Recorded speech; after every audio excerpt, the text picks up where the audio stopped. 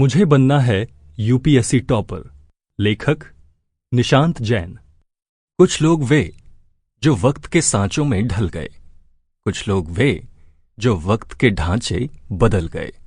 किसी कवि की ये पंक्तियां दरअसल कुछ हद तक जीवन के उद्देश्य को प्रतिबिंबित करने की कोशिश करती हैं।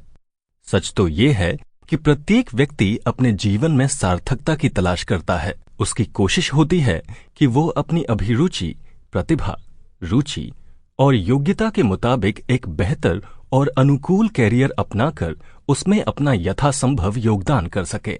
ऐसा कैरियर जहां उसके अरमानों को उड़ान भी मिले और अपने काम में संतोष भी, जहां उसे यथासंभव पूर्णता और सार्थकता का एहसास भी मिले और एक सम्मानजनक आजीविका भी। प्रत्येक व्यक्ति के भीतर स्वाभाविक तौर पर ये चाह भी होती है कि वो अपने व्यक्तित्व का विकास करते हुए कुछ नया और कुछ अच्छा कर सके। इंसान की ये बड़े सपने देखने की चाहत ही तो है जो उसे एक दिन उपलब्धि के सर्वोच्च शिखर पर ले जाती है। डॉक्टर कलाम ने यूं ही नहीं कहा, सपने देखो, सपने विचारों में बदलते हैं और विचार कर्म में। यूं तो किसी भी व्यक्ति की इस कुछ कर गुजरने की चाहत और जिजीविषा या जीवट की अभिव्यक्ति अनेक क्षेत्रों में हो सकती है। उदाहरण के तौर पर कोई साहित्य, संगीत, कला आदि के क्षेत्र में असाधारण प्रदर्शन कर देश दुनिया में नाम कमा सकता है, तो कोई इंजीनियर या डॉक्टर बनकर अपने अपने क्षेत्र में उत्कृष्टता को छू सकता है। कोई राजनीति या प्रशासन के क्षेत्र में उतरकर देश समाज की सेवा में अनुकरणीय उदाहरण प्रस्तुत कर सकता है, तो कोई सिनेमा या स्पोर्ट्स के क्षेत्र में अपनी रचनात्मकता की अभिव्यक्ति कर अपना योगदान कर सकता है। हमारे संविधान के मूल कर्तव्यों में भी लिखा है, व्यक्तिगत और सामूहिक गतिविधियों के सभी क्षेत्रों में उत्कर्ष की ओर बढ़ने का सतत प्रयास करें, जिससे राष्ट्र निरंतर बढ़ते हुए प्रयत्न और उपलब्धि की नई ऊंचाइयों को छू ले।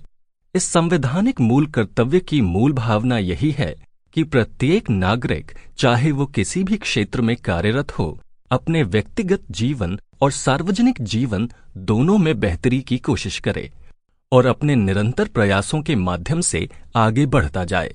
भारतीय वाङ्मय में भी लिखा है, कुर्वन्नवेह कर्माणि जिजीविषेच्छतम् समाह। कर्म करते हुए 100 वर्ष तक जीने की इच्छा करनी चाहिए।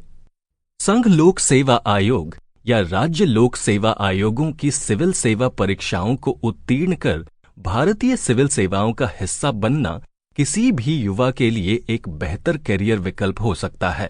$1,00,000 का सवाल ये है कि कुछ अच्छा और नया करने या जीवन को सार्थक बनाने तथा सम्मानजनक आजीविका को अपनाने के ढेर सारे विकल्प हमारे सामने उपलब्ध हैं, तो सिविल सेवाओं IAS, IPS, IFS, IRS आदि को ही क्यों चुने।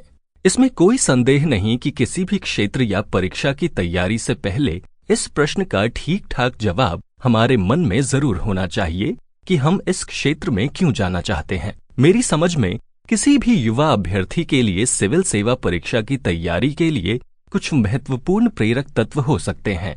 आइए उन पर कुछ चर्चा करते हैं। चूंकि किसी भी क्षेत्र या परीक्षा में बेहतर प्रदर्शन करने के लिए अदम्य इच्छा, लगन, जुनून और जीवट का होना एक अनिवार्य आवश्यकता है, और ये भी स्पष्ट है कि पर्याप्त मोटिवेशन लेवल और उत्साह के बिना सफलता की राह में अभ्यर्थी के ठहरने और भटकने की गुंजाइश भी रहती है। लिहाजा सिविल सेवा परीक्षा की तैयारी से पहले और इसके दौरान ठीक ठाक अभिप्रेरणा और सकारात्मक सोच की जरूरत है।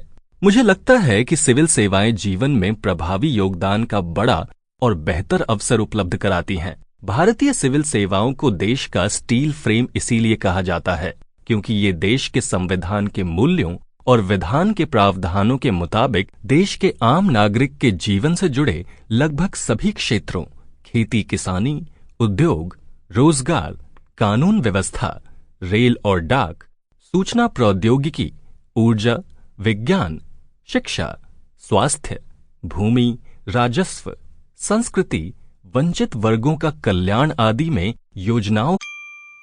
Sample complete. Ready to continue?